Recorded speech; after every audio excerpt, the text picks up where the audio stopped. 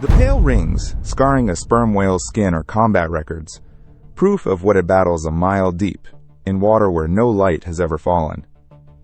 Each circle is the print of a squid sucker, some clawed with teeth of chitin. In one whale's stomach, scientists counted over 18,000 squid beaks. Yet until 2004, no human had ever photographed the enemy alive. What could scar a 50-ton predator that dives deeper than a submarine and live down there in the dark? Look closer at those rings, and the randomness disappears. They do not scatter evenly the way old net cuts or ship strikes would. They gather in one place above all others, the great blunt head and the skin around the mouth. Not the flanks. Not the tail. The face. Whatever left them was reaching for the whale exactly where a hunter's jaws close on prey.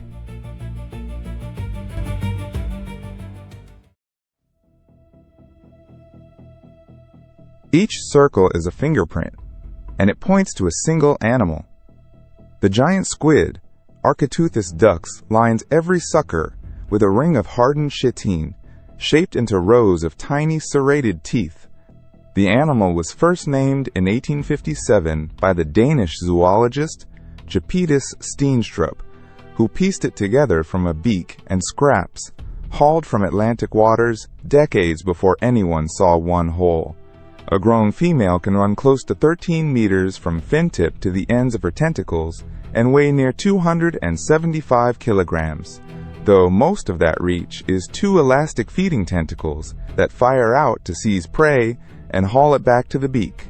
When the squid clamps down and the whale wrenches away, that toothed ring bites and drags across the skin. What it leaves behind is not a smear or a gash. It is a clean, open circle, printed like a stamp. Measure one of those circles and the violence becomes real. Many span several centimeters, each the record of one sucker, one point of contact. Now picture dozens crowded together in a curved arc. That is the trace of a single arm laid across the whale's head, every sucker straining to hold a body far too large to hold. But read the largest scars, and the tidy explanation starts to break. A giant squid's suckers are surprisingly modest. On even the biggest specimens, they usually run only 2 to 5 centimeters wide. That should set a hard ceiling on the mark they can leave. Some scars on sperm whales are wider than that ceiling. They exceed the diameter of any sucker science has ever measured on any giant squid. The print is real. The animal that fits it is not on record.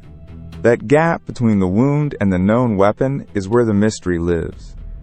There is a calmer answer, and it only deepens the strangeness. A scar cut into a young calf does not stay the same size.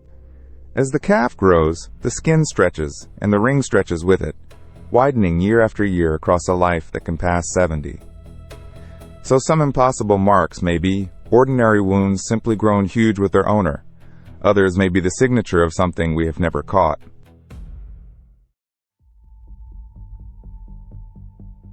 Skin can only hint. The hard evidence, the real body count of this war, is not written on the whale at all. It is sealed inside it, in the dark of the stomach. A squid's beak is made of chitin, the same tough material as the teeth ringing its suckers, and it is the one part a whale cannot digest. The soft body dissolves in hours. The beak does not. It settles in the stomach and stays there, like a spent shell casing on the floor after the shot. And they accumulate. A single sperm whale's stomach can hold thousands of these beaks, layered over years of hunting, each one a squid found, seized, killed, and swallowed. That number from the opening, over 18,000, is not an estimate or a flourish. It is a literal count from a real animal. 18,000 meals, 18,000 small victories, still on file inside its body. The marine biologist Malcolm Clark spent decades sorting such beaks from whale stomachs, and from their size built estimates of prey that no net had ever caught. A single adult sperm whale is thought to eat on the order of a ton of squid a day, which across a year runs to hundreds of thousands of animals swallowed whole in the dark. And the beaks talk. Their shape and size are specific enough that scientists can name the species of squid a whale ate without ever seeing the animal. The whale, without meaning to, becomes a collector. Its stomach becomes a catalog of the deep sea, a census of creatures, many of which we know only from these hard black hooks.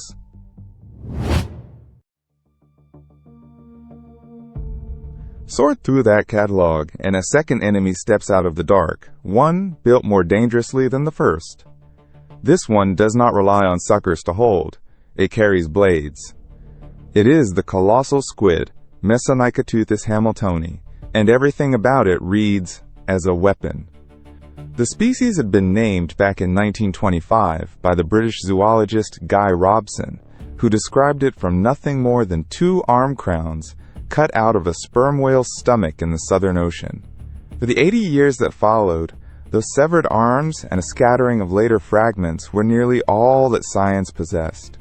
Along its arms and on the clubs at the ends of its tentacles, it carries sharp hooks, many of which swivel, rotating in their sockets to sink deeper and lock. A giant squid grips and can be shrugged loose. A colossal squid hooks in and does not let go. It also lives where almost nothing challenges it, the freezing Southern Ocean that circles Antarctica. This is no warm water rival drifting up from the tropics. It is a cold, heavy, patient predator, hidden beneath some of the most hostile sea on the planet, in water near freezing. And it is vast. One captured specimen weighed roughly 495 kilograms, near half a ton of muscle and hook. That animal was hauled up in February 2007 by the crew of the New Zealand longliner San Aspiring, working the Ross Sea off Antarctica. It was still feeding on a hooked toothfish when the line carried it to the surface. Frozen whole and shipped to the Te Papa Museum in Wellington, it became the most complete colossal squid science had ever handled, and when its eye was finally examined, the lens inside was the size of an orange. It also carried the largest eyes known in the natural world, each about 27 centimeters across. Imagine an eye the size of a dinner plate, opening in the black, taking in a world we would call perfectly dark.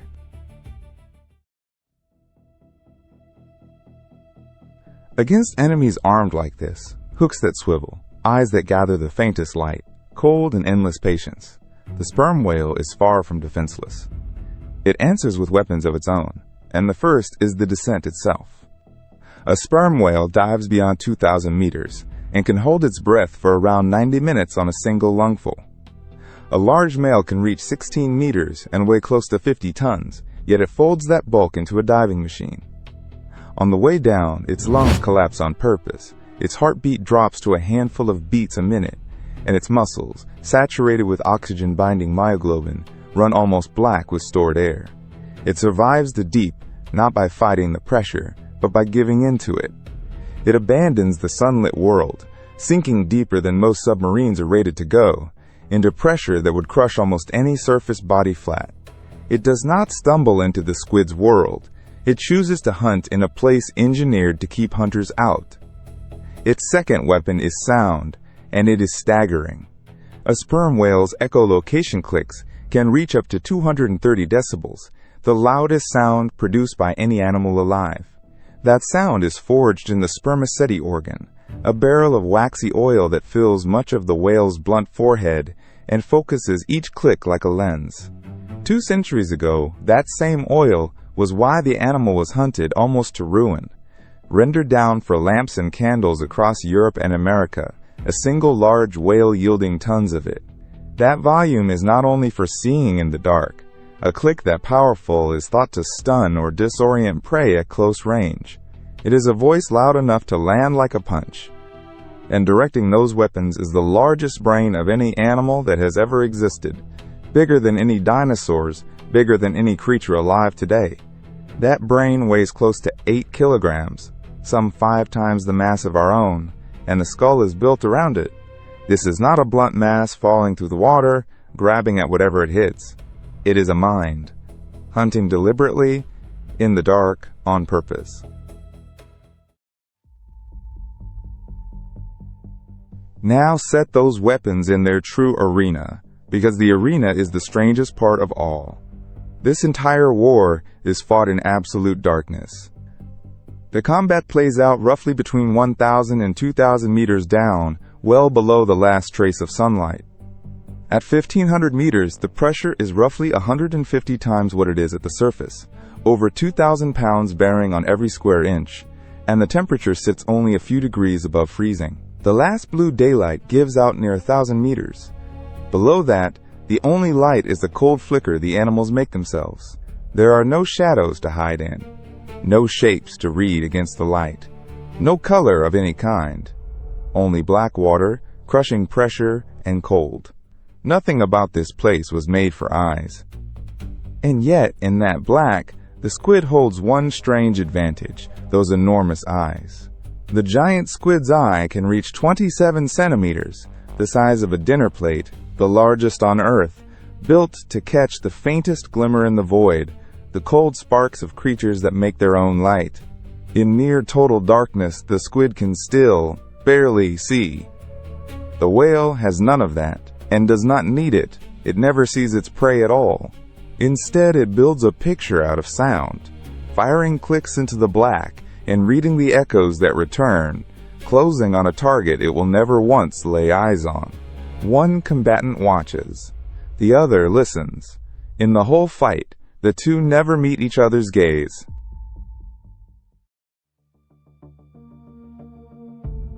For nearly 100 years, that was the entire story, reasoned out, never witnessed. Scars on skin, beaks and stomachs, careful inference, but not a single eyewitness to the enemy alive. Then, at last, a camera reached into the dark and changed everything. On the 30th of September 2004, the Japanese scientist Tsunemi Kubodera captured the first images ever taken of a living giant squid. Not a rotting carcass dragged up in a trawl net, not a specimen pickled in a museum jar. A living animal, active in its own deep world, doing exactly what it does. He worked with the whale researcher Kyoichi Mori, and their camera fired on its own every 30 seconds, returning more than 500 frames across roughly 4 hours before the animal wrenched away. When the two men published the images the following year in the Proceedings of the Royal Society, they closed a century in which the living giant squid had been seen by no one at all. He had lowered a long-baited line into deep water off Japan's Ogasawara Islands and waited. At about 900 meters down, the squid struck. The photographs freeze it in the act.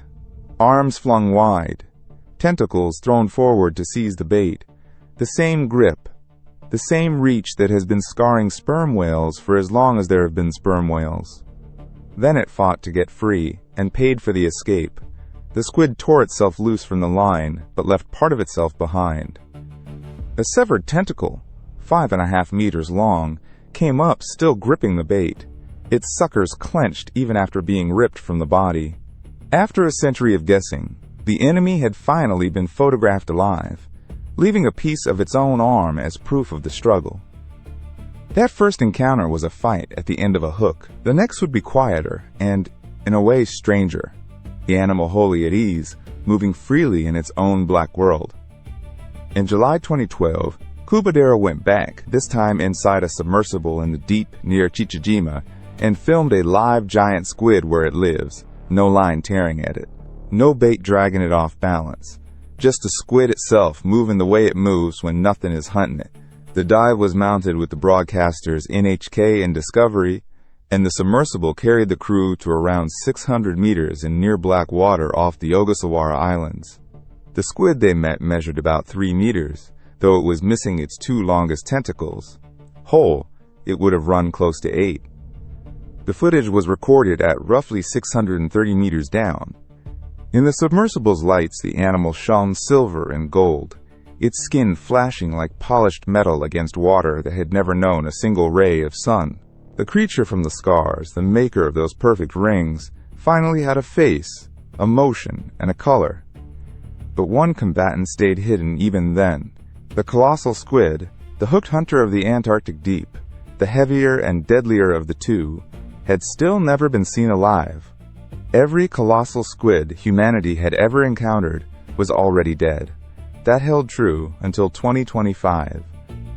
In 2025, the Schmidt Ocean Institute recorded a living colossal squid in its natural habitat for the first time in history.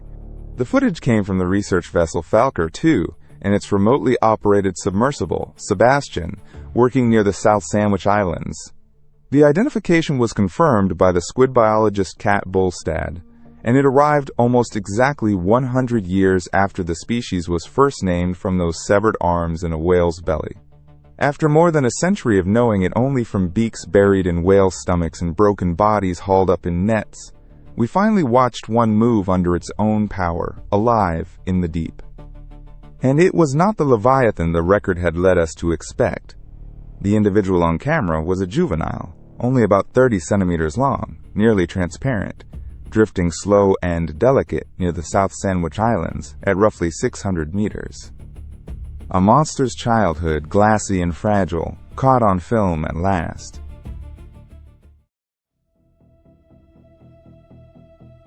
Three hard-won sightings.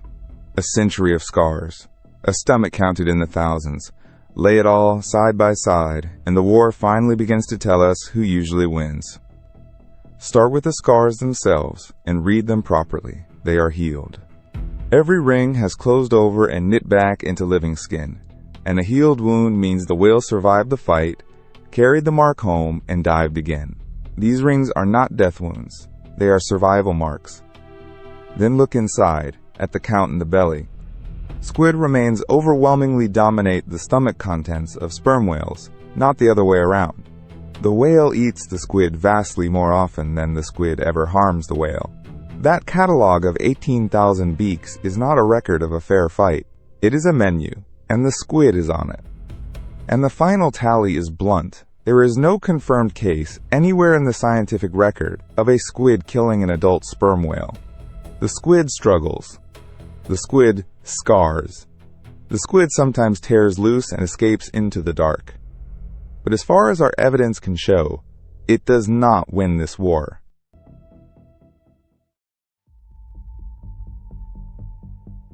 The whale swims away. It just does not swim away unmarked. A sperm whale can live more than 70 years, and across that life it may dive to hunt many thousands of times, dropping into the dark again and again to feed.